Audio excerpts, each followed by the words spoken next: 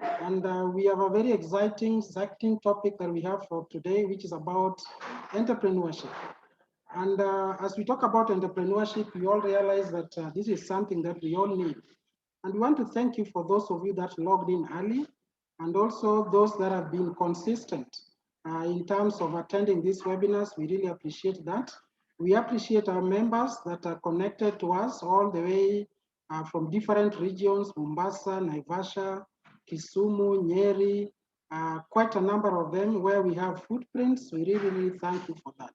So as we start off our webinar for today, just some few reminders. My name is Tom Onguru, Head of Business Solutions Center. I'll be the moderator for this webinar.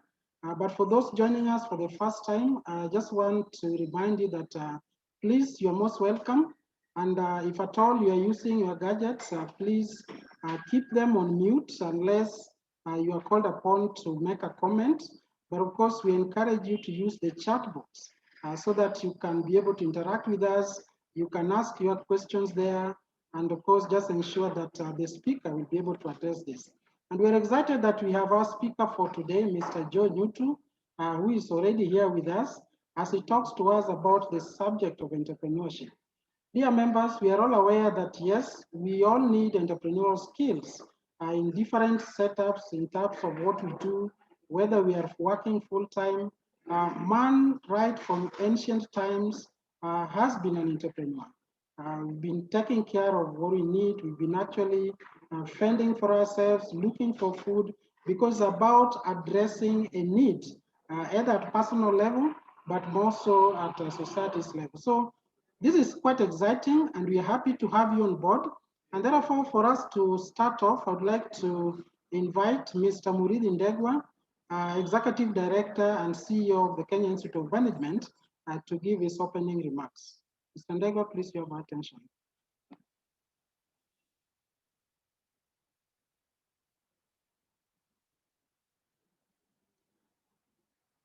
Sorry, unmute. Did you unmute?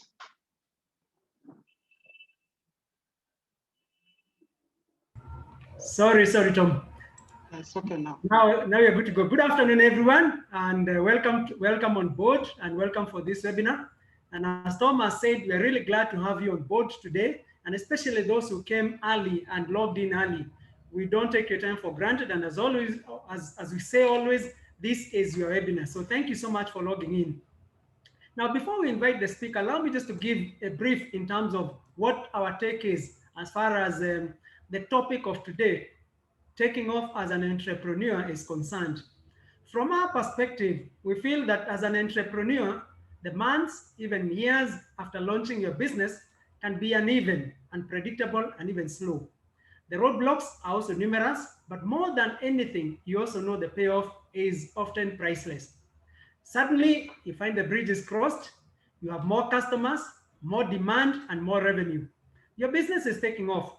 This is great news, of course, but just when everything is beginning to take off, you are faced with the real question of, can I keep up the pace?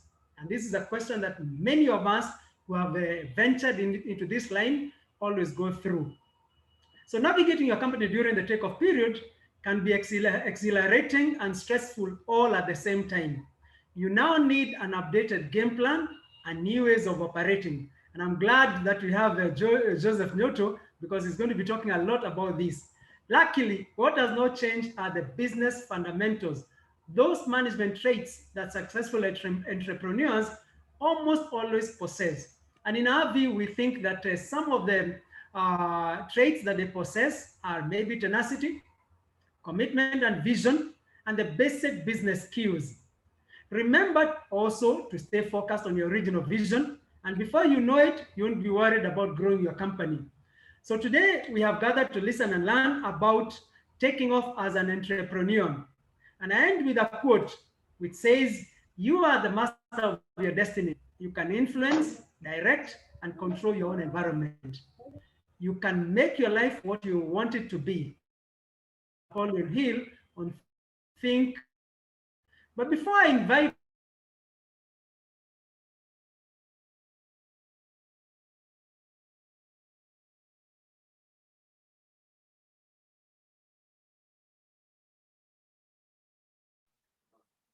Sorry, Edie, we lost you. Sorry.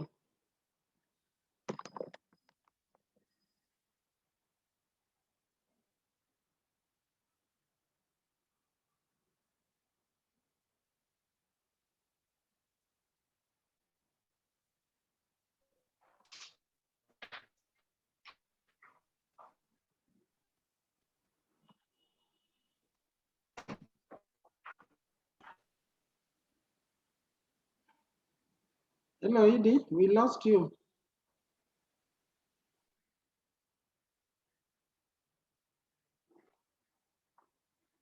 Are you with me? Yeah, now you're back. Yeah, yeah. So it seems like there's fluctuation in the internet. I don't know. I just lost. I just lost touch. All Sorry. right, let me just go back to where I was. I was talking about the Kim products. And in terms of the Kim products, we talked about the certification courses. If you allow me, I'll just mention a couple of them before we move back onto the presentation. One of the products that we talked about, and just to mention, is where with you? You're with me now? Right. Okay.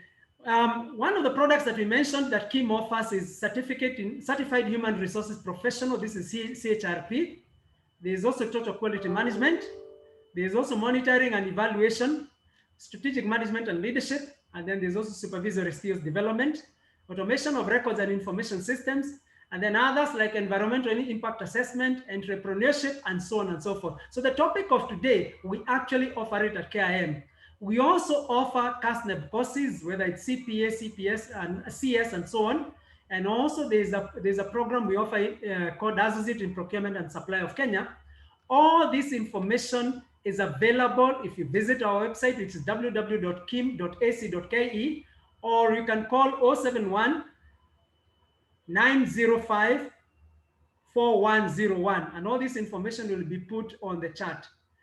The other thing perhaps I need to mention is about the Kim training calendar. This has been circulated already to the members, and this is in response to the ever-changing trends in management and leadership.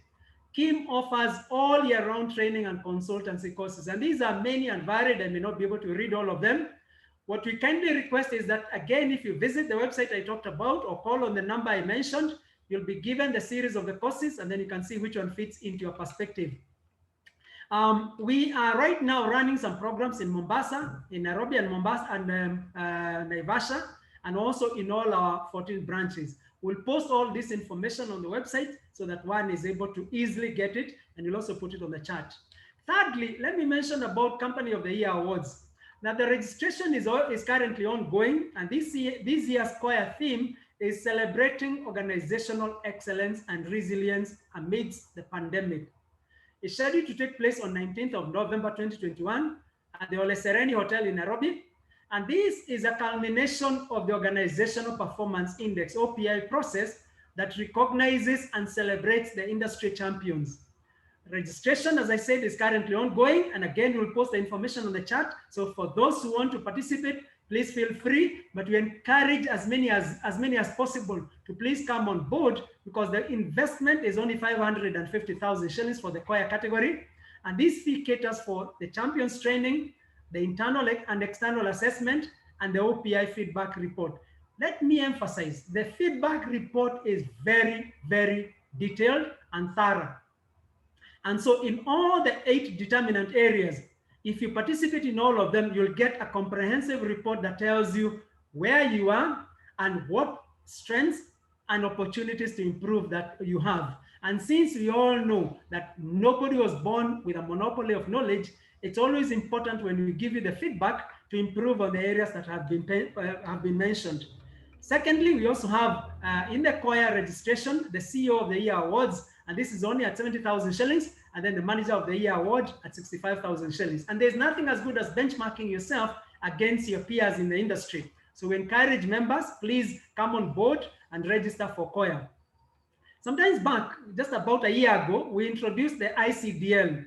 Now with the worldwide digital transformation, the certified computer literacy has become a requirement in many organizations.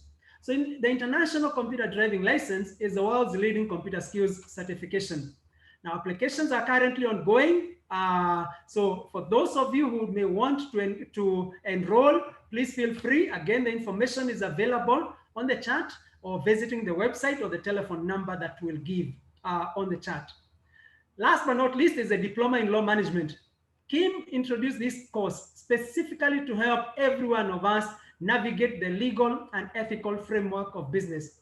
In today's world, whatever you are doing, whether you are a lawyer or not, there are some aspects that involve the legal aspects or ethical issues. And so we introduced this diploma course, and this is available from our campus in Nairobi.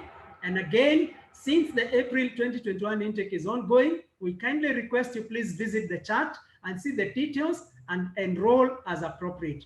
Last but not least is that the April 2021 intake is currently ongoing, and this is for the Kim School of Management. And this comprises of the certificates and diploma in management courses in a variety of areas, a variety of fields. And again, if you visit the website that I mentioned, www.kim.ac.ke, or call on 071 905 4101, you'll get the details. We'll also post the same information on the chat.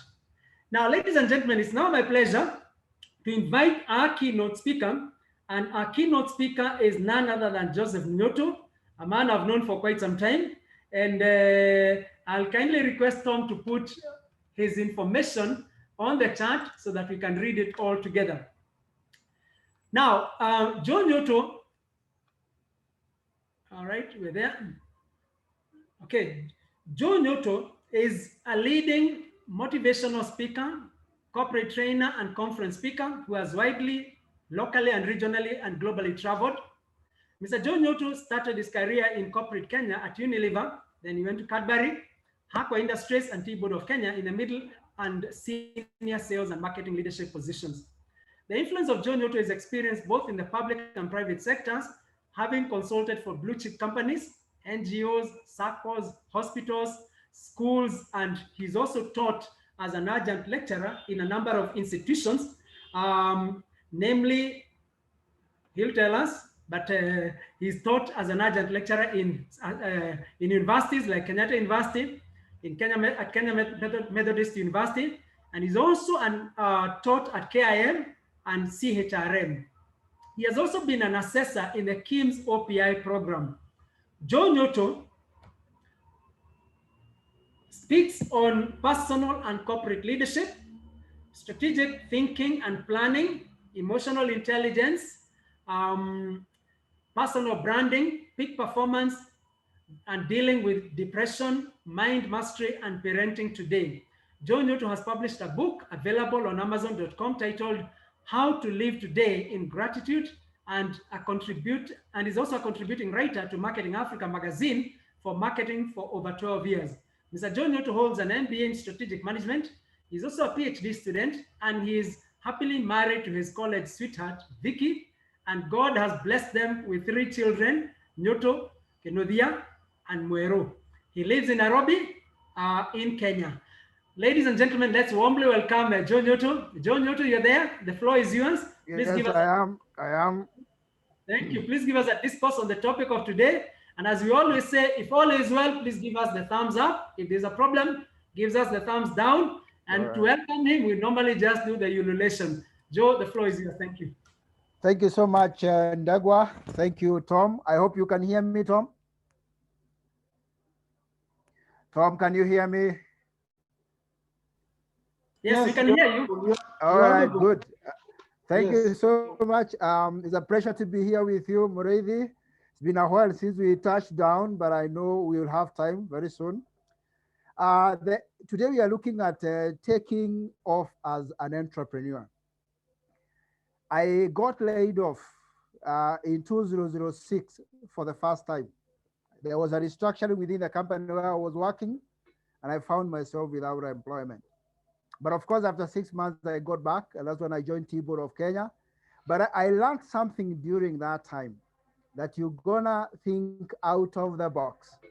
You're gonna think of something you call moonlighting, or you have to think of something that you can do along to what you are also working for. And that's where the idea of business came in through. So who is an entrepreneur?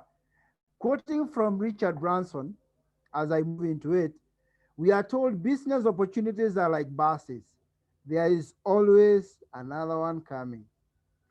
And now that gentleman called Seth Godin, who I really respect, who is a marketer of repute, says that there's no shortage of remarkable ideas. What we are missing is the will to execute them. So here we are going to look at are some of the kind of ideas can you come across. Deloitte did a report by the end of 2020, beginning of 2021, and they have showed us majority of the businesses in Kenya have come down and they're in decline. Whether you are talking about flower industry, where they laid over 30,000 employees who are semi-permanent, and 40,000 permanent ones were put on unpaid leave. Whether you are talking about the tourism industry, whether you are talking about the NSC, was down by 6.5%. So mainly what we are saying here, for the benefit of our members, is across majority of the industries have come down. Many people have found themselves out of work. And maybe at this particular juncture, Tom, if you allow me, we could be able to share our screen. Do we share it from this end of from your end?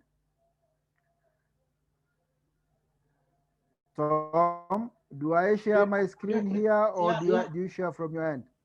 Please share so that you can be able to, okay, manipulate it as you move okay, along. Thank you. all right, fine. Let me do that right away. Um, do I have the sharing rights? Yes, Tom? you should. Just try.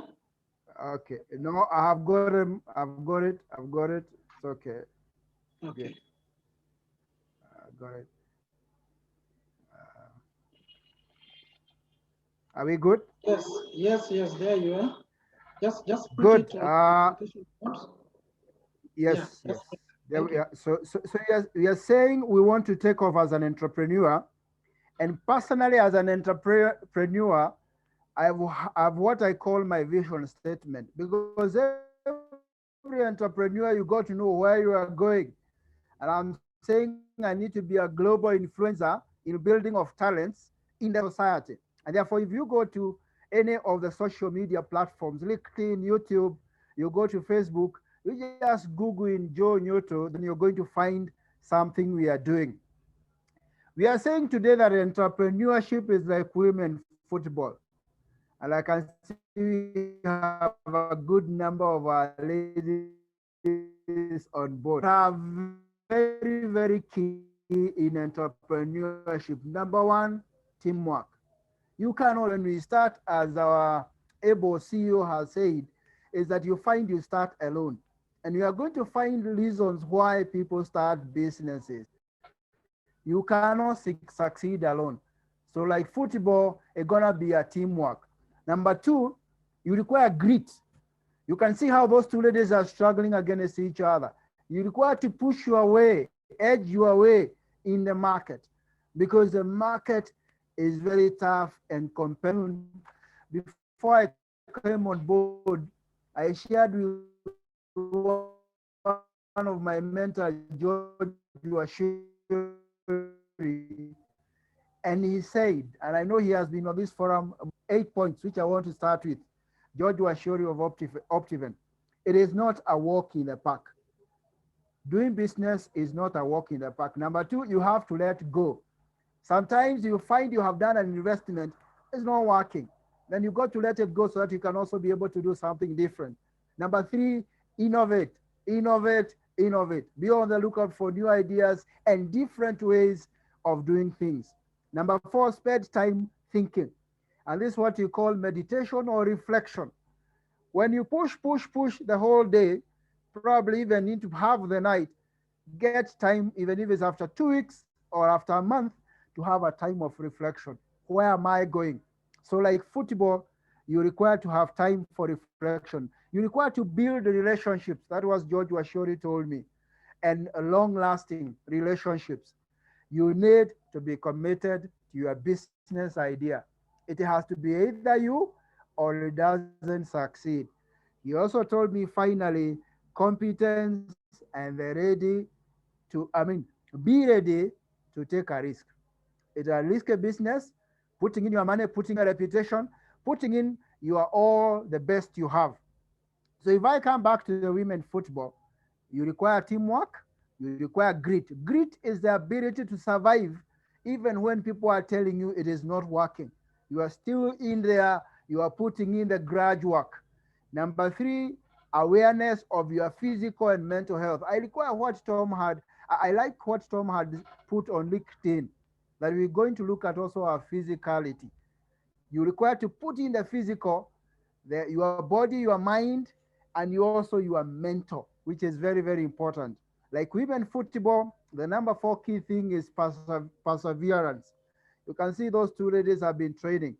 So they have built stamina. Yeah, you can see the legs. They have the strength. They are pushing each other. And finally, from the women football, personal identity. You start as an individual, then you find you are growing and putting people together. Because when you're starting sometimes as an entrepreneur, you don't even have the finances. So you require to sell people ideas of what to do. And I would wish story of Jack Ma.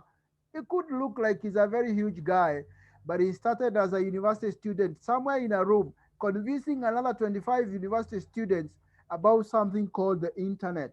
And today we have Alibaba, which is a global phenomenon. So you got to have your personal identity, know yourself. Entrepreneurship is like a marathon in the desert. And I want to look at the Dubai Marathon. And there are 5 lessons you can learn when you're doing a marathon. Number one, it has to be yourself. Don't have to prove anybody anything. You got to go at your own pace, run at your own pace. It's going to be very difficult. It's dry. It is somewhere in the desert. It is going to be lonely. And that loneliness sometimes is what makes us to give up. And we say it's not going to work. You have to improve day by day. As a marathoner, you got to improve step by step. You cover it step by step, and you do your 42 or your 21 km. And feedback in entrepreneurship is very nutritious. You fail early, and wake up and start moving, continue moving on. And finally, like the women football, together we are better than one. The Maasai, we are told, have a saying that if you want to run fast, run alone. If you want to run far, run together. So the point is that even if you are doing a marathon, which is an individual game, you got to also require people around you who help you, in fact, in terms of even planning. So you have said after COVID, it is showing us 90% of all jobs, whether it is in Kenya or beyond, have either been destroyed or altered beyond recognition. This afternoon, I was having a chat with a consultant. They are working from home for the UN. So majority of the companies have re-engineered the way they are doing things after COVID. Mohammed Yunus, the gentleman who gave us the Grameen Bank, microcredit and microfinance in Bangladesh, said that all human beings are entrepreneurs. We were in the caves, we were self-employed, we were looking for food, feeding ourselves and feeding our families. But history and civilization has made us forget about that. Now we are considered the labor. But do not forget that you are born an entrepreneur. Wherever the situation you are in. So who is an entrepreneur? Webster Marian Dictionary describes an entrepreneur with 2 words: assumes risk. Somebody who is willing to go out and start to do things that have not either been done, or you are doing them in a different way, or you have left employment, or you are still working and you are doing some moonlighting. So an entrepreneur is an individual who creates new business and who operates and organizes a business or businesses. Those are greatest entrepreneurs of our time. Jeff Bezos, Bill Gates, we know about them. Larry Page of Google, Mark Zuckerberg. We have Elon Musk. And I want to take an interest of Elon Musk for a while. Forget about the other guys. Because all those people, Elon Musk in 2021, January, being the CEO and founder of SpaceX, did 197 billion. But that's not what is interesting. That money might look and sound quite huge.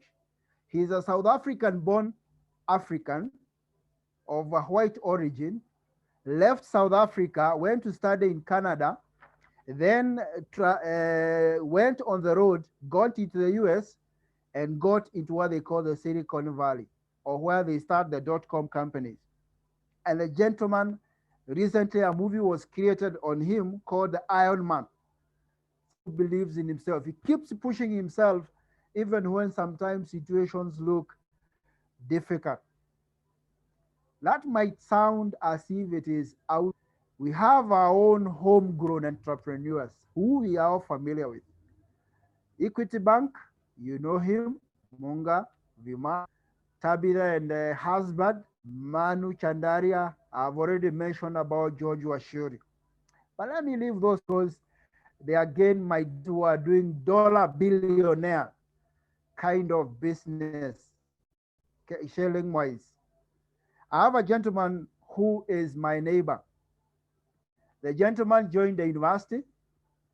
Then before he joined the university, he was the 1 year in between the university, he came to stay with me and he started selling vegetables near the university and fruits to the students and also the community.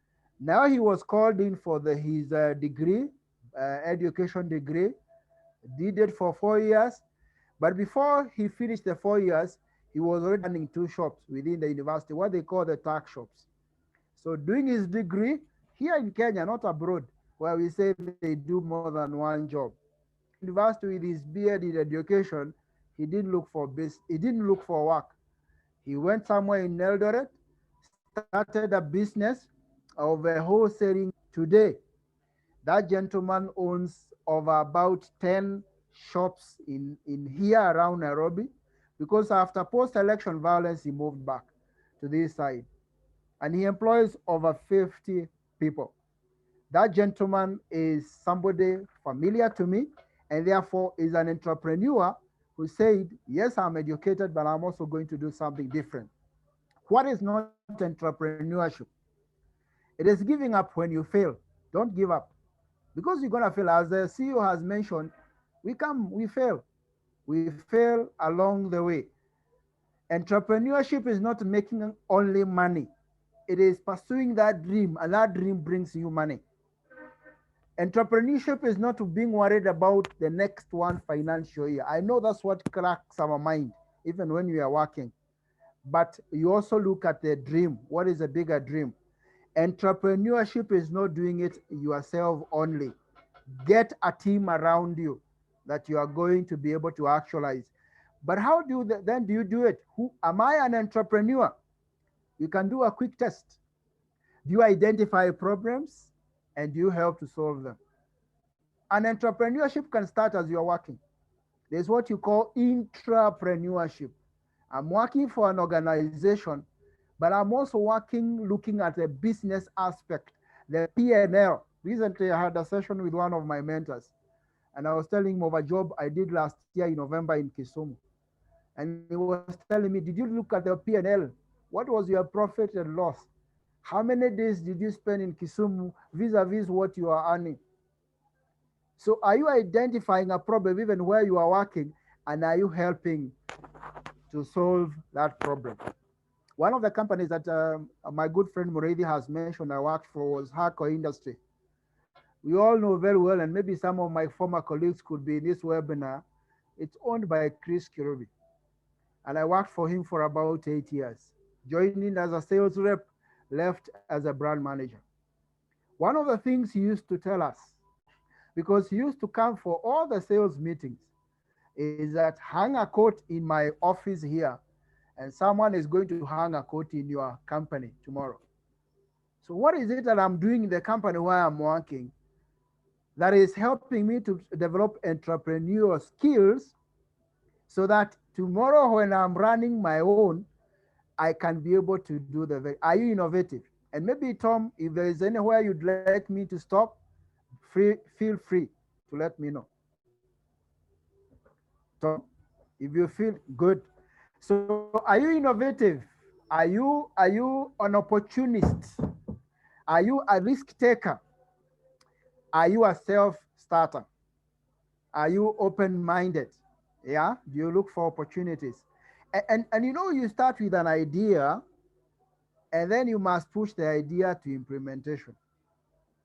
That is very, very important, because there is what you call the minimum viable proposition. Once you have an idea, then you need to package in such a way that it is sellable. And we are going to look at some of the ways to package an idea to make it sellable. Again, we have said the qualities of an entrepreneur: open-minded. An idea may come from anywhere. Honestly, even your child, your 3, 4 year old child, especially the ones who are handling younger children, they can provoke you with an idea. It could be your 80-year-old grandmother.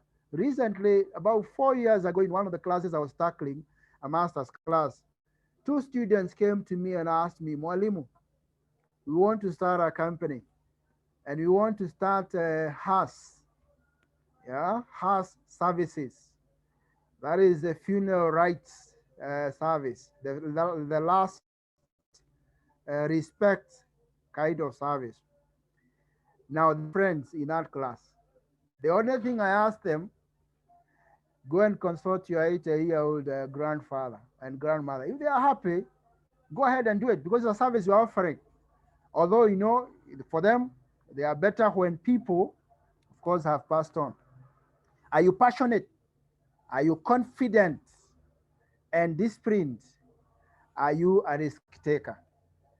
Do you have a constant flow of ideas? Are you creative? Are you competitive and strong-willed? Elon Musk is a strong-willed. I would wish people to explore his life story. Alvin Toffler said that the elite of the 21st century will not be those who cannot read or write, but those who cannot learn and relearn. And I remember yesterday we had a discussion as we were talking with Tom offline, is that all of us are learning every day. So we must agree we are willing to learn even now. What are some of the types of entrepreneurs you are going to come across? Small businesses, what we call in Kenya SMEs, together with scalable startup. Do you have a startup, a company that is young? People can put in finance and it takes off. Large companies like Bidco were started by individuals, or social entrepreneurship, like now what we are calling the Grameen Bank. That's a social entrepreneur. Why entrepreneurship? One, of course, it improves standards of living, but in Kenya, my experience, even with dealing with the SME industry, some of those businesses, they start them because they have nothing else to do. If you look at the people who have been selling masks in the streets, and I want to take it that basic, because that's an entrepreneur who is starting off. They are because they lost a job elsewhere. I know of a lady near my locality. She was working in one of the hotel industries. Remember, we have said the hospital that was hit hard. So she didn't have anything to do, and she has a family to feed. So she got about 500, 1,000 shillings, started buying masks and selling them when they were really, pushing. So it improves the standard of living. It creates wealth. Of course, they add to the national income, and they drive change with innovation and, of course, community development, because you give to charity, you give for financial support. The journey to entrepreneurship. There are about 4 ways you can find yourself getting entrepreneurship. Number 1 is what we call the side hustle or moonlighting. When I lost my job for the first time with Harco Industries, I remember I was in transition. I started a side hustle, lecturing in the evening, and also doing research work. Then I got a job, full-time job again, because it was still unstable. As Muredi was telling us, to begin with, you are very unstable. You are used to an 8 to 5 kind of job, and then all of a sudden you require to pull up your socks and put something else and put food on the table. I remember approaching one of my mentors then, who has remained a mentor for the last 12 years, and asked him, now that I have enjoyed employment and I still have my side hustle, how do I balance this and how do I tell my employer? He told me, you need to be candid with your employer. Go and tell them that you have a side hustle. If they are not comfortable, leave it or leave employment. So when I approached the employer who had gotten on board, they told me, so long as your hours are not eating into hours, you are good. But you need to consult, or especially when you are doing a side hustle. You could have a job loss. A job loss can make you to start your own thing. You have nothing else to do. It could be a partnership of a family. You are working, but family members are not working. You can channel finances and resources to them and ideas, and even time when you are away, like on a weekend or even on a Sunday, then you start a partnership. It could also be a way of survival, like my lady friend I had shared earlier.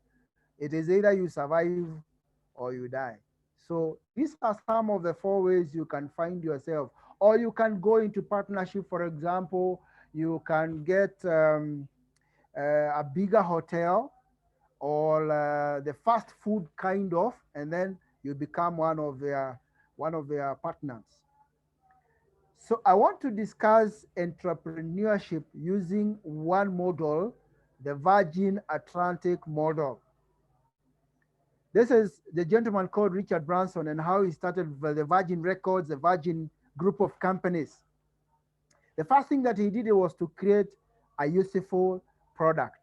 So you got to have a service product that people are willing to pay money for, that you require to market. It is very, very important to create something beneficial to the society.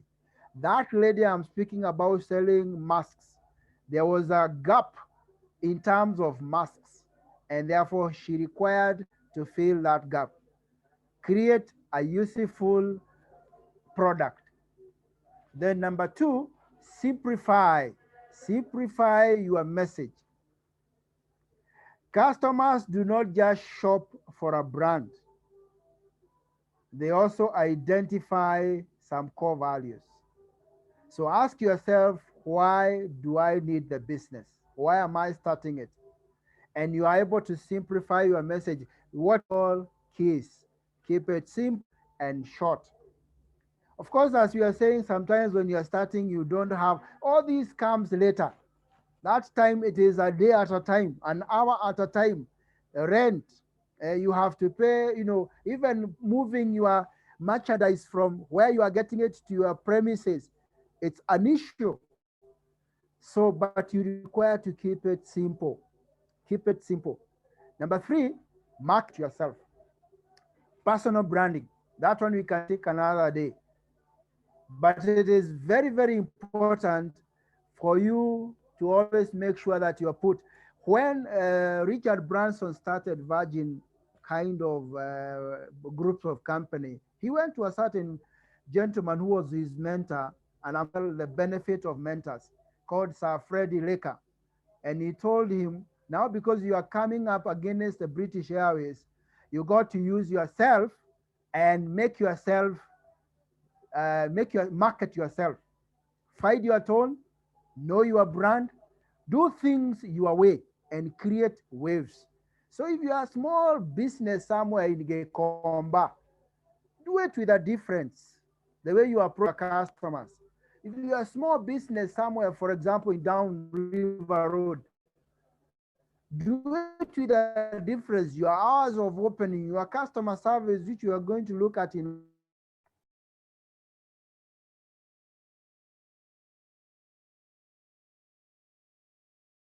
just market yourself and say you are going to do this. You have to market yourself.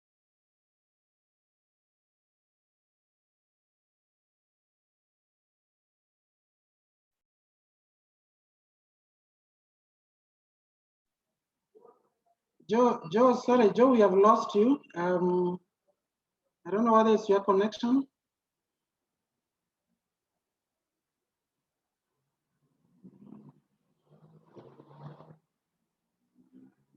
Sorry, members, we are trying to get the speaker back. I think he has dropped off. We can see your face now. Just try if we unmute, please. Mr. Nyutu, unmute so that we can hear you.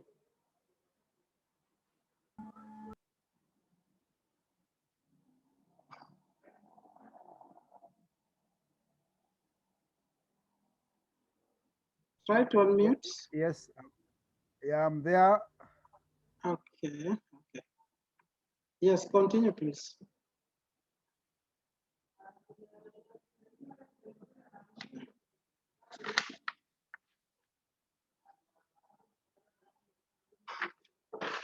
Or maybe if you are experiencing connectivity challenges, you could switch off your video and then we just leave the audio. Perhaps it can come out better. Sorry for that.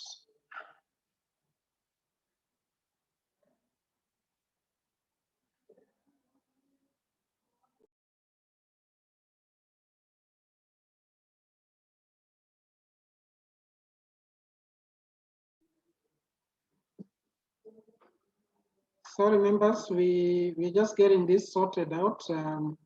These are the challenges of the new normal with technology. Sometimes you cannot be too sure some of these things do happen. So please bear with us as we get the speaker back. No, yeah, sorry. Yes, I'm back, Tom. yes. I have an issue around, but it's okay. Thank you. Sorry Just for that. continue. Sorry for that, Tom. Let me share my screen again. Yes, please go. We are good. We are good. It's coming on. Just a minute. Yes, you're there. Okay.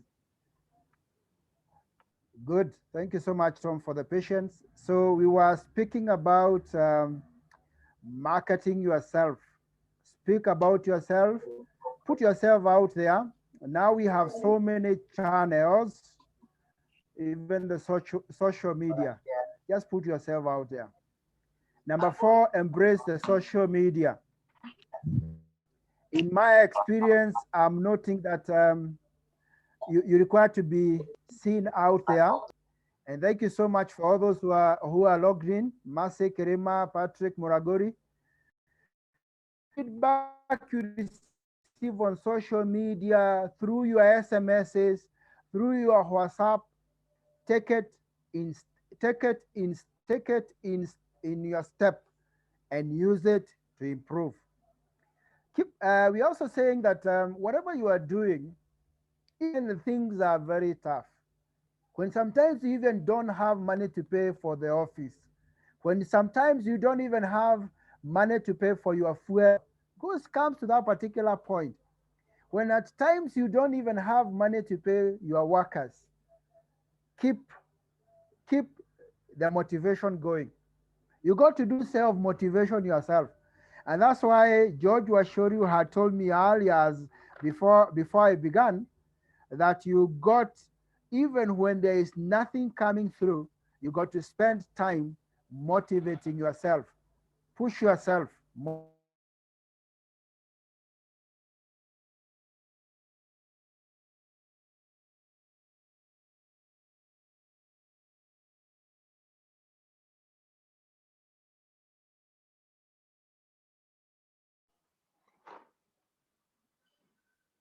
Sorry, we lost you again, Joe.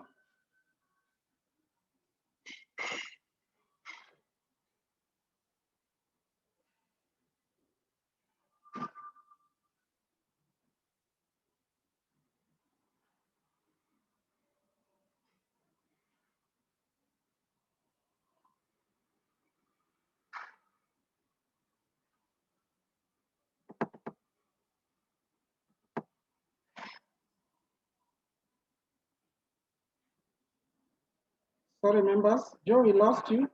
Probably you may want to switch off your video and just leave the audio. It would be better.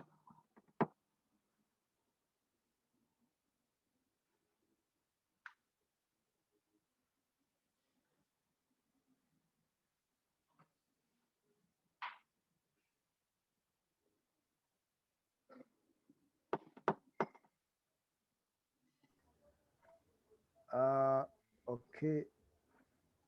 Yeah, just try switching off the video, then Oh, yeah. Okay. yeah, Let me do that. Sorry. Then I put the screen up. Let me put it. yeah. Just Good. share again. Okay. So I was saying sorry for that. Some of the challenges are, for example, cash flow. You really tight on money anytime. For example, you don't have money to pay for the office, you don't have money to pay for, and you've been doing work, but then your payments are not due.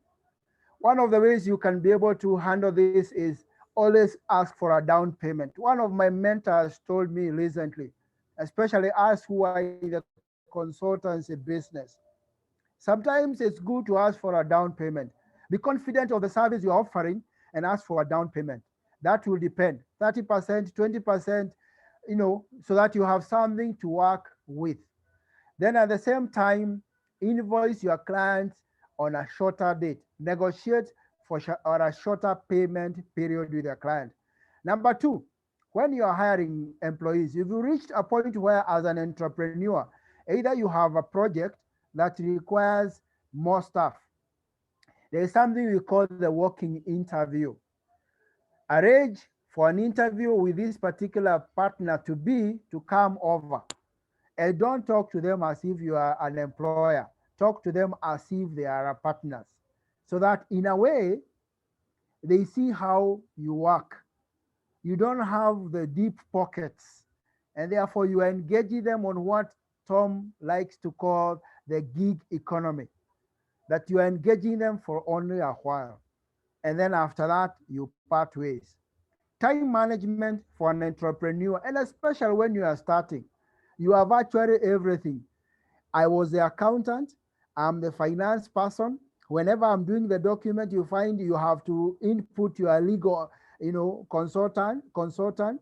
Even if you are going to consult a legal person, you got to understand some nuances. So you got to understand and allocate the time both for running the business and for generating and servicing the existing business. Number four, delegating tasks. You cannot be everything. And especially entrepreneurs, because we start alone, you think you can do everything. Have confidence with other people, or if you don't have staff, because I'm looking at it from that basic point of view, outsource. When you have a job, get somebody on contract. And once the contract is over, then you can release them. Capital is always a key thing. There is always not enough money. However, focus on ensuring that your initial customers are happy with your work. Your initial customers are delighted, and you'll find that those ones, through the word of mouth, they are going to spread out the word. They are going to make you get more business. But capital can be an issue. And finally, self-doubt. You feel I'm not good enough. That's why you require a support system around you, either friends, family, and sometimes I like one of the my good friend called Patricia Murugami. She says, get an advisory board. Other entrepreneurs, you don't even require to call them a board. Just call a guy who you know is a good entrepreneur, two or three, meet them individually, bounce off ideas about what you are doing. It could be a gentleman next to where you are running your shop, or next to where you are running your gig, and you feel he has it together. He can become part of your advisory board. You don't have to pay anybody. You don't even have to call them a board to begin with because you can't afford it. But you can use them as consultants. What they only require is respect. Respect, and of course, confidence, confidentiality. Whatever they share, especially if it's confidential, then you keep it to yourself. Taking off as an entrepreneur, what I'm calling a booster pack. What do you require? Number one, mentorship is very critical. In any area you are getting into, whether it is transportation business, whether you are starting a college, Whether you are starting, let's say even the smallest, selling mandazis, selling mandazis. Somebody else has done it before. Identify those ones and be mentored. Be willing to listen because they have gone through that. Number two, networking. And that's why you have institutions like KIM, Marketing Society of Kenya, Institute of Human Resource Management, LSK, ISPAC, Chambers of Commerce, Rotary.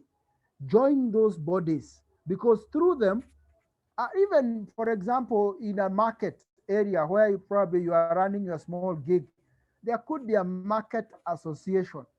Be interested in knowing when they normally have their meetings because through them you are going to meet people, and through those people you are going to be able to get connections for business. And especially now after COVID-19, when most people are working from home, be deliberate in networking. You can do online networking, but that does not beat the face-to-face. Face-to-face anytime is an opportunity for you to be challenged and to hear what is going on the ground. The critical number three booster pack is continuous learning. Be a student. As you have been told by Alvin Toffler, the moment you cannot unlearn, the moment you cannot relearn, then you are no longer living. Last year, November, December, I was on an online program from Dubai on entrepreneurship. In fact, it was for women. They were calling it she entrepreneurship class. But somehow they allowed some of few gentlemen who are persistent. And it was very, very informative and very powerful. Right now, I'm on a mentorship class locally somewhere. Be always ensuring you are looking for information. Volunteer in the society, whether it is, I've volunteered for many organizations, even within your church, mosque, temple, a local football team, maybe coach. But through volunteering, you also get to meet people who can be able to connect you to opportunities. Mentor others. You have been mentored. Somebody has held your hand somewhere along the way in the past. Always ensure that you also mentor others. And also be willing to be what you call reverse mentors. You can also be mentored by those mentees you are mentoring. You'll be shocked at how much they mentor you. There's a gentleman called, I think, Dalton, who sells Fubu. I'm not remembering the name very well. For you, by you, Fubu, the Fubu brand. He mentors. He comes through a program called Shark Tank, and he is a mentor. But he has noted some of those people he takes there, and he gives finance to run business. They end up mentoring him a lot. And finally, social media presence. I've said if you go to YouTube, you go to FB, you go to Twitter, LinkedIn. I'm trying to get on TikTok now. You just Google Joe Nyutu, I'll be there. And many others are there. Social media, especially if you are in a service kind of industry, it's very crucial, very, very important to be your presence to be felt. Some general legal pitfalls, especially when you are a budding entrepreneur. Don't be too nice. I remember listening to TD Jakes one time and saying that if you are going in to sign a deal with somebody and he's saying, let's pray first. Yeah, play with one eye, the other one look at the deal. Prayer can be used to hoodwink you to get into a deal that is not working for you. Don't always trust the word. Question the word. Question the statement. Read between the lines, especially when you are signing legal documents. Do proper paperwork so that you don't lose the account. And sometimes we move very fast, especially for legal. Legal, you need, wherever you are getting into a legal, especially a huge project, ensure that you get a legal advice. You don't move too quickly because you could end up burning your fingers. These are some of the things that you might require to test just to see whether you are there yet. For example, 5 friends and 10 cousins are telling you that you have a minimum value proposition and they love it. That is not the time to launch into business. People are talking about it and 50 users have already used it. Maybe that is a time to start. You have opened a restaurant and you found people are patronizing. If if if they all only used it once and they are not active, that is again not the time to launch. If they are happy and they are talking to their friends between 100 and 1,000 users, maybe that is the time again you go to the market. Or if you are in what you call B2B and you have piloted and you have seen a set of users, again, that can be the time to move into the market. Investors, where do you get money when you are starting? I want to tell you for a fact, mostly it will be friends and families. And I want to give a practical case and say that you find sometimes you are owing your family members. Hata wengine some of them stop picking up your phone. First 1 year, 2 years, because little money is coming in, so much is expected to be done, and yet things are not working. So your biggest supporter, it will come from friends and families. From there, if then you have a viable idea and people can see something is working, you may find an angel investor. And they are not very common in this kind of market. But it's a few organizations normally do it, like NGOs. They give you money and they want to see you test out your idea. You also have incubators. I think there's one in Kenyatta University at the Manu Chandaria. There is also one, I believe, in USIU. You find institutions who are willing to handhold you and are willing to help you, give you money to start. Then there is what you call seed money, seed funds. Those ones also not very common in our country here. And you have venture funds. I think one fund I used to know is Acacia, but these ones go with people who really are now into 50 employees. You're still an entrepreneur, but then you are quite stable. But a budding, somebody who has left employment, you don't have a lot of money, the only financial you may find is family and friends, for a fact. And very soon, they are also going to stop wanting to hear anything about you. Very, very soon. Before you approach anyone for any financing or any, you need to have what you call a pitch. There are 3 types of pitches you need to plan.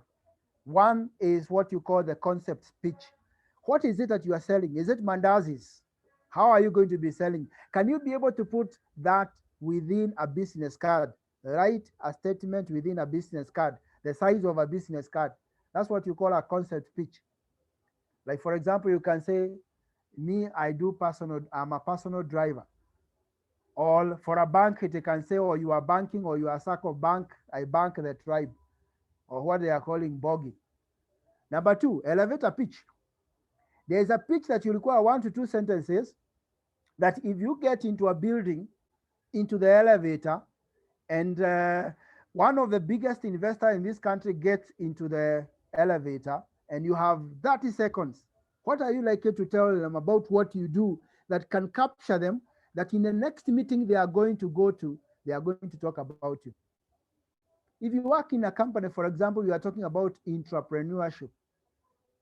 If you got into the elevator in the morning and you are going to the 3rd or 4th floor, the CEO walks in like Morethi Degwa, what would you tell them within that seconds, what you do for the organization?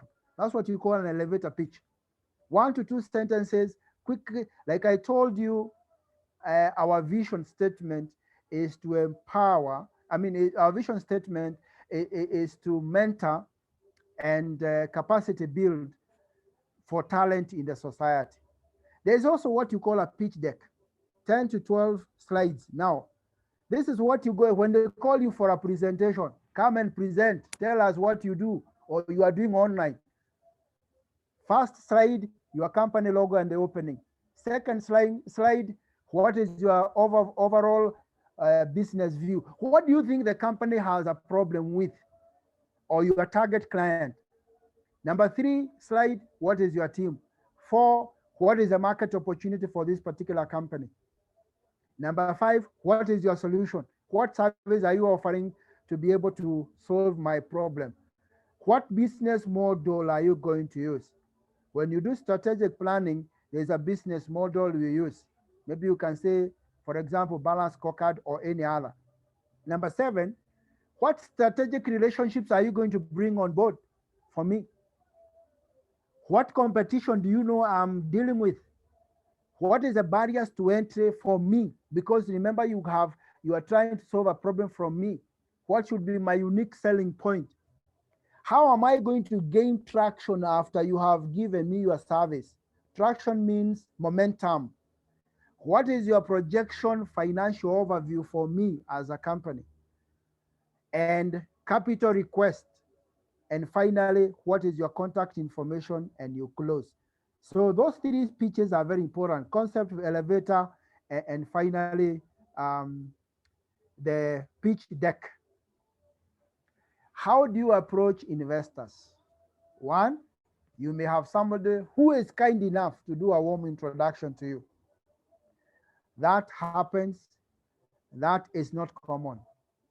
You could be through social engagement. You are very, like I remember 2 years ago, I got a job, and maybe some of those people are on board. We did some work for Coca-Cola for about 2 years. And that particular engagement came through LinkedIn. I just saw an email on my LinkedIn account that we are looking for this kind of a person, somebody who has taught in the universities and somebody who has been in the fast-moving consumer goods company. They had said it was a 3-month contract. It ended up being a 2-year contract.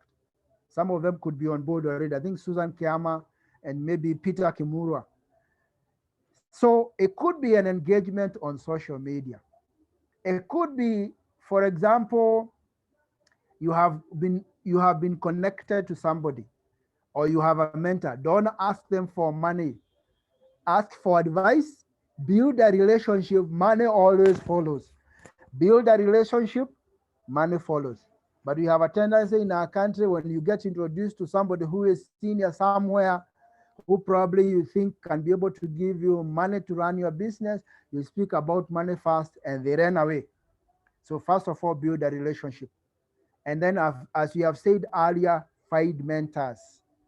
And don't ask them for money, ask for advice to begin with. How do I raise money? From that particular conversation, then you'll be able, they can be able to give you even guidance. How do you come across investors? Networking events are very important. You also pitch. Sometimes we may find angel investors. Don't dismiss your alumni networks. I know some of my alumni had said they are going to come on board. Probably they are on board on this particular webinar. And you may find you do business with your alumni because they have networks. Understand why investors say no. Sorry, some investors are going to say no. Why? Number 1, you are a founder. You are starting something. They don't know whether it is going to succeed. They don't know. They don't know. It is you against the idea, them.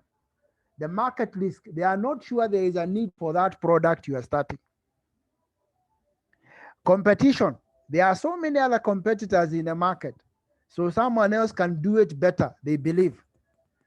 Either you have come very early, timing risk. You have come very early when you are starting, or you have come in very late. Sometimes it could be financing risk. They think that even if they give you so much, it is not going to be enough to propel your idea into something viable. It could be distribution risk. They are not sure that this product can be marketed. Or maybe the technology you are using, they are not understanding it. So they are not going to give you money. It could be team. They are wondering, are you going to build a team? This afternoon, I had a conversation with a young man who has started a social entrepreneurship, helping young people around the community. And maybe he is on board. The wife is German, he is local. They have partnered together. They are starting something to do with social entrepreneurship. But We were discussing about the failure of a similar social entrepreneurship, which was being run by the husband and the wife. There was no board. But this particular young man has put together a board of people who are not within the family, who can question decisions. And of course, he was inviting some of us to be on the board. So, do you have a team? You may not get finance because people don't see anybody else apart from you. Location, where are you located? Some investors are not going to give you money because of gut. They are not sure why they don't like your idea, but they don't like your idea. It's not who they hate you. It is not. It's only that they don't like your idea. When all these kind of no's come your way, just don't give up. Don't give up. Continue with the way. Sometimes you may get a breakthrough and you have closed a deal to get the money, because we are talking about starting capital, that seed money. But don't start celebrating until that money hits your account. I have had the situations even myself where I go negotiate for a deal. For a business, we sign off a contract, but until I have gotten my down payment, that that particular contract is not done yet. So the real work starts when you know there is money in the bank, and especially when you are starting. For big organizations, they can take the gamble, but sometimes you require that initial commitment. As I come to near the conclusion, there are 8 trends that I want you, because the critical lifeline in any entrepreneur is a customer. Don't be cheated. Even if you have very big office and you have no client, you have no business and you are going to close very soon. Customers look out for trust. What is the word of mouth that is going around the industry on you in that particular market, that local market? What do people know you for? Imagination. Are you bringing a new imaginative way of doing things? There's something we are calling co-creation now, that when a customer comes to your premise or they come on your website, are they allowed to do co-creation? When, like for example, look at an architect. If you go, an architect gives you a blueprint and you go to the site to develop a site, you have the foreman or your site manager will do a lot of interpretation and adjustment according, you co-create. So people are looking, or customers want to be given a chance to do the co-creation of a service with you. Are you looking beyond the traditional spaces? What kind of technology are you using? Are you on social media? Are you accessible? Are you on WhatsApp? Can we reach you? The importance of stories. Where did you begin? I told you the first particular business I started is after being retrenched, and I was only 35 years. I couldn't believe it. I had one son, young family, and you don't have a job. And then you stay in an estate. So the first month you can tell people I'm on leave. What do you say the second month? So that's when I started moonlighting and started side hustling. The importance of your story, the story of your brand, the story of what you are calling also behavioral economics. Behavioral economics has something to do with the ambience, the environment where you are doing your business, clean environment, that kind of thing, lighting, and of course, random acts of kindness. Do things to the community, what you are calling sometimes volunteering, and those things pay back later. I have a mentor who tells me, pay in advance, help somebody in advance, you're gonna pay back. Random acts of, they are differentiating organizations. And also investing in yourself, books, reading, online, it is more than a million shillings. Invest in your mind, invest in yourself. There's something, as we come to the conclusion in the next 4 minutes, Tom, the next 3, 4 minutes, startups. We are told startups die, majority of the startups die the first 5 years. Another, a good number die the next 10 years. Probably 15 years, they survive. I would wish you to go out and read a book called Good to Great and Build to Last by Jim Collins, both of them. Sometimes you are doing good, but it is not great. It is not great. It is not changing. companies that build to last are doing great things, not good things. There's also a book called The Black Swan by Nassim Nicholas, and it talks about the unpredictable things that come into any business environment. Nobody knew about Corona in 2019. It hit us in 2020. All of us we went south. So that's what the Black Swan speaks about. Those unpredictable, the World War II, what you call the market crash of 87, the spread of the internet, which we are familiar with, the discovery of antibiotics, C19, we don't know what next is going to come. Be prepared for the unusual in any business that you do. Learn why failures failed and be a student of failure. Fail, wake up, brush yourself, go on, continue on. Be obsessed with customers to begin with, not investors. Because once you have customers, they are going to bring investors. Be obsessed with customers. Customers look for three things. They are the normal standard things, what you are calling implicit. For example, in a hotel room, a TV, a bed, towel, soap, those are standard things. If now beyond standard is what you call expected. Satellite TV, internet, minibar, coffee. But the zone where you impress your customers is the red zone, impression and delight. You go into a hotel, you are putting up, you find they have put flowers on, maybe some petals on your bed, and written maybe even your name, Joseph, Joe Nyutu.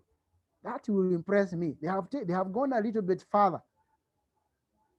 As you approach investors, it is good to ask yourself, or even when you are going to secure a loan from an investor or a bank, are you ready to raise money? Who are you going to raise it from? How do you approach your investor? And we have discussed some pitches you can use, and closing the deal. And how do you deal with a no? We have already looked at some of the ways you deal with a no. So I have an amazing idea. Is it time for me to look for money? No. I have built a beautiful looking, deck, or maybe, internet presence. No. Two people willing to do this, and they want to leave their jobs and join me? No. I'm working on it full time. My partners will join later. Maybe that is a time to look for money. I have a basic product or service which I can test with that. Yeah, maybe that is time to look for money. Maya Angelou said that people will forget what you said, but people will forget what you did, but people will never forget how you made them feel. Your clients the initial clients, my first client, I got them when I was doing an emceeing for a British Council Leadership Forum, which used to happen in Nairobi sometimes back before the British Council library is closed. And as I was doing the emceeing, I introduced myself as a business consultant. Afterwards, he approached me, and they used to run an EPZ company, and they were looking for somebody to speak to them about management and leadership. First client, 208, that was somewhere in Blue Post, Thika. So that has remained a friend till today. Business involves sacrifice, lots of initial sacrifice as an entrepreneur, sometimes even time away from family, which is a huge balance and a huge sacrifice. Somebody said, if you want to become an entrepreneur, are you willing to live in your office for 1 year? In your office, because probably you can't even afford, a place to live. So you are leaving the office is the same place you're operating from. And are you willing to eat noodles for a whole 1 year? That guy is working overnight. Finally, there are 4 people that you require in your life. An instigator, person who pushes you, makes you think, and a person who is a voice of inspiration.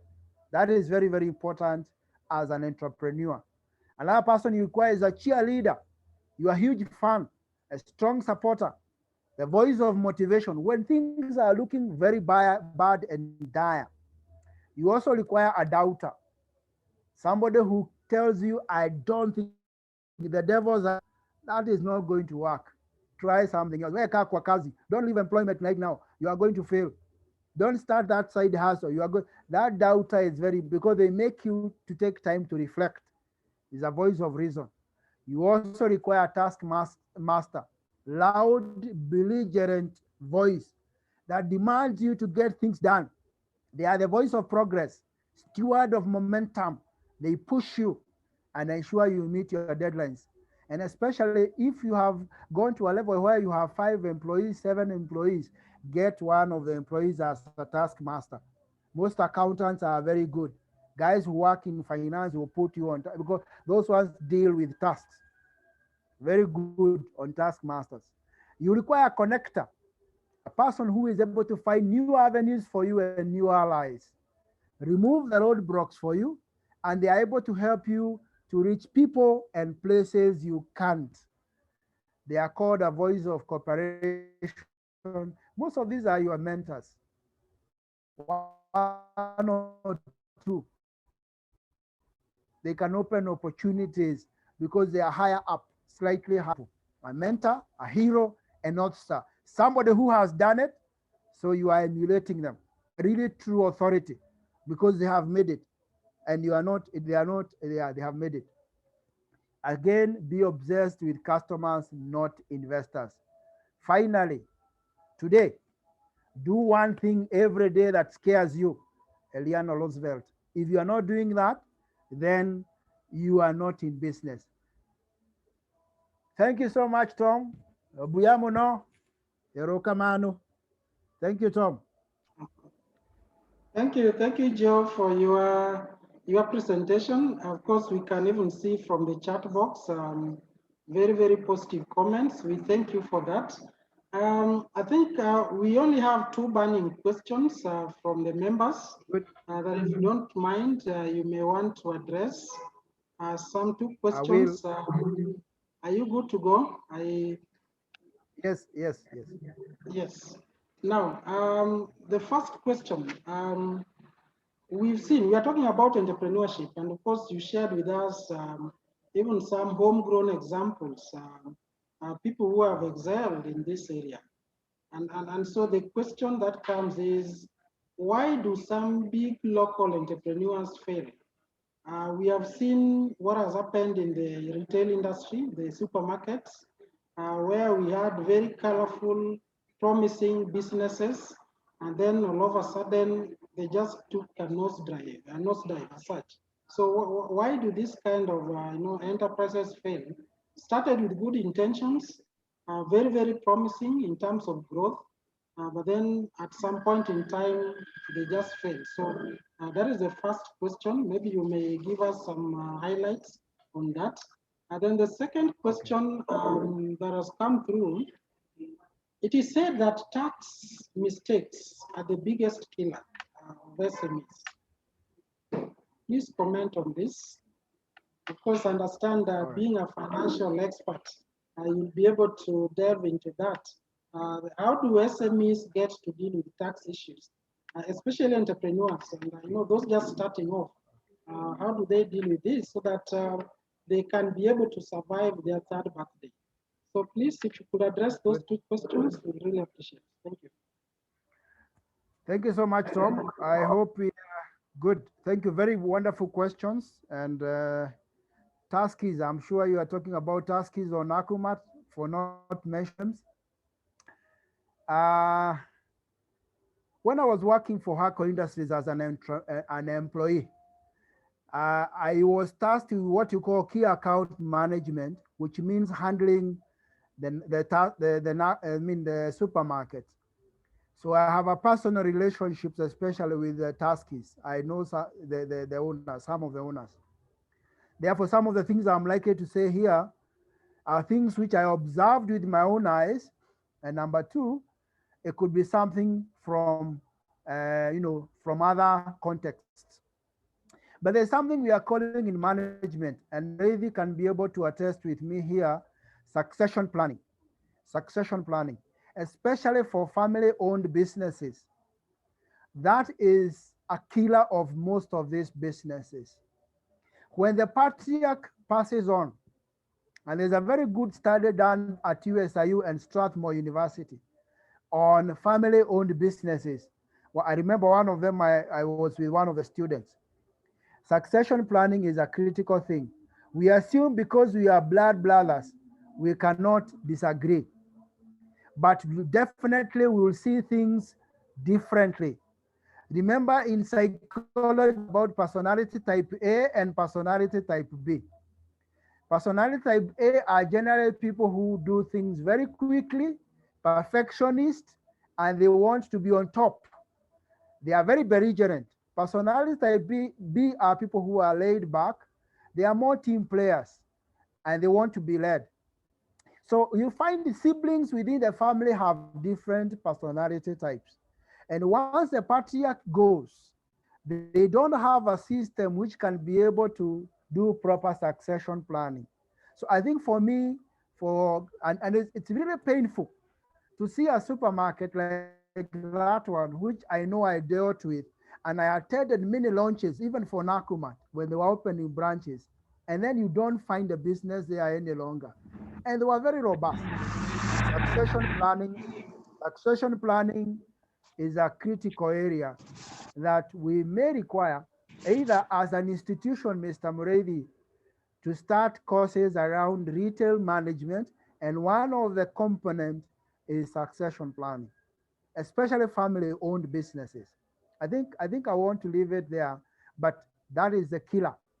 That's basically the killer. On the issue of tax, I have a practical personal example, and maybe one of that person is on board. There was some work we were bidding like 4 years ago in one of the parastatals. And when of course you do the financial proposal and you do the technical proposal. My financial proposal failed because when I approached Kenya Revenue Authority, they told me my tax was not in order. By the time I could be able to put my tax in order, then I found I was time barred because the tender has a time limit. I would advise any entrepreneur, including myself, the moment you start seeing that you are engaging and money is flowing, kindly get a tax consultant, both an accountant to keep the books fast, because when you have books that are kept, it is easier for you to know how much you ought to pay. And then some of us who do consultancies, for me, what was my undoing was because consultancy, there's what you call the withdrawal tax. That 5% that was kept, I didn't file it. I didn't file my bit. They filed, I thought that was the end of it. So the moment you start finding you have a flow, get your books in order, number one. Number two, ensure that even legal matters, you have a lawyer. You may look like you are paying a lot of money. You may look like you are paying a lot of money, but they will come in to save one day. Thank you so much, Tom.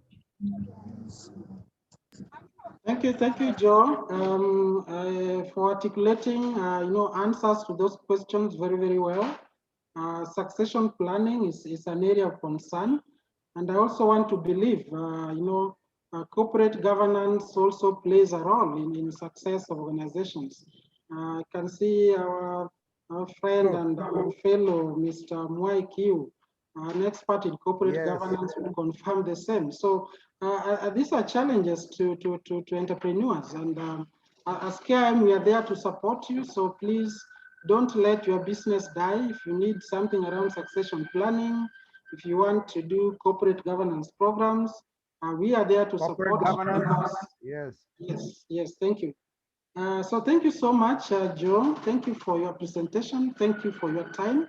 And dear members, just like it was mentioned earlier on by our CEO, we have quite a number of programs lined up for you. So whether you want to build capacity in terms of trainings, we have trainings lined up even next week. We have programs in Mombasa.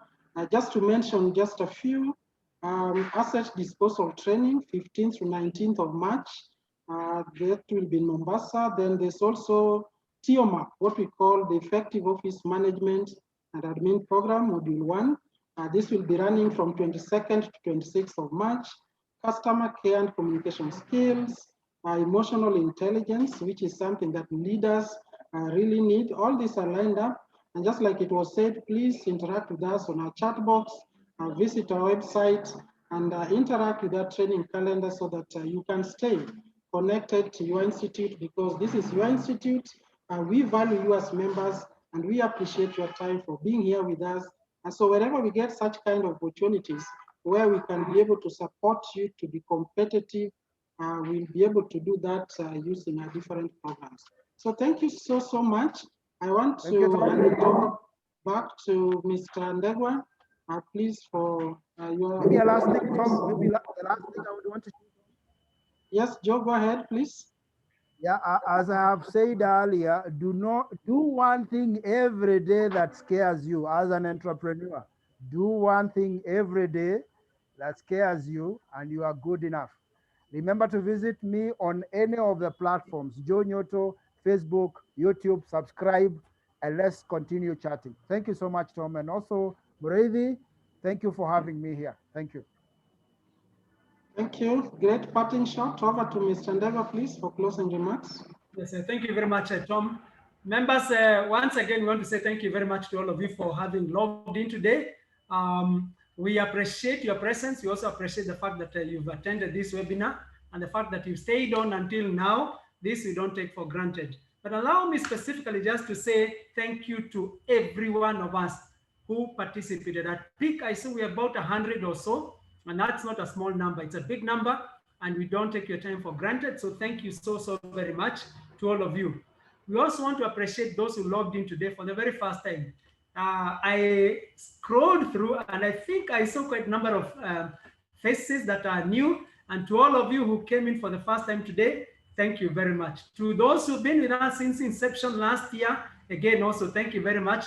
Please keep logging in. We present these webinars every alternate Thursday, religiously from 3 to 5 p.m. So we'll miss next week, and then we'll skip next week, and then we'll log in again the next week after that. We also want to appreciate those who raise questions. Like we always say, a speaker can be passionate, can be great, but if there are no questions, then it means there is a problem. Either maybe the audience lost him, or maybe there was a problem in terms of the delivery. But in this case, we appreciate all those who send questions, either in advance or even those who put them on the chat. So to all of you, thank you very much. We also want to co-create with you. I think Joe has been talking so much about co-creation. And so we have always specified that every time when we bring in a topic, oftentimes it's because the members have talked to us about that topic. So if there's any particular topic that you feel we need to cover, please feel free. Clearly, I've heard you, Joe, that perhaps there's a need for us to talk about maybe the local businesses, the aspect of succession planning. Maybe that's a topical area that we could have a discourse on, and we look for a good speaker who can come and give us a presentation on that. And members, any other topic that you feel that we should cover, please feel free and do let us know. I would not take for granted, on behalf of management, the Governing Council support. And I just saw, I think 2 members who are on the screen. I saw Jemima Mogo and I saw Agatha Wateri. To you and all the rest of the council members, thank you for the support, because as management, without the support of the council, we would not be able to proceed very far. And I saw one person who is a member of the Board of Fellows, Dr. Henry Chakava. Thank you very much also for the support. And to Tom and your team, all the Kim staff were involved in coming up with these webinars, sourcing for speakers, having dry runs with the speakers to the day of the presentation. And all of you guys put in a lot of hard work. The heavy lifting is usually done prior, not on the actual day. So to you, Tom, and your entire team, I may not mention you by name. You don't take your support for granted. So thank you very much, all of you, and thank you so much. And let's keep doing what we've been given as an objective in terms of delivery. Last but not least, and certainly by all means, a great presentation. This is Joe Nyutu. I just sampled some of the presentations that were put on the chat, and I can just read a few of them. One said, very profound and thought-provoking. There's another one that said, great presentation. Another one said, great, passionate presentation. And many positive comments were put in through. We agree with those comments that you've done a great job. And members, if you all agree with me, we give him the thumbs up, shall we? Thank you very much.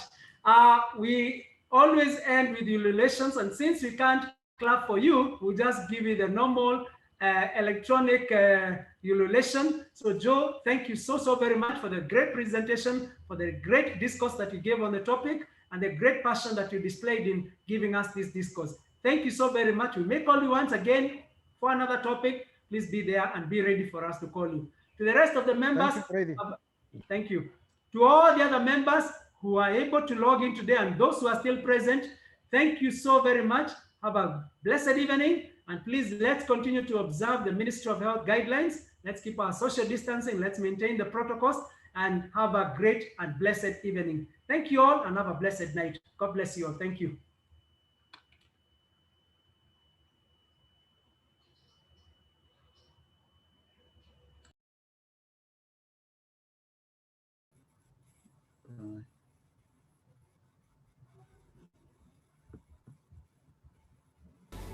It's because people were never trained to be managers. People were becoming managers accidentally. They developed into managers, or they were forced into management. So the purpose of the institute was to link that, to close that gap.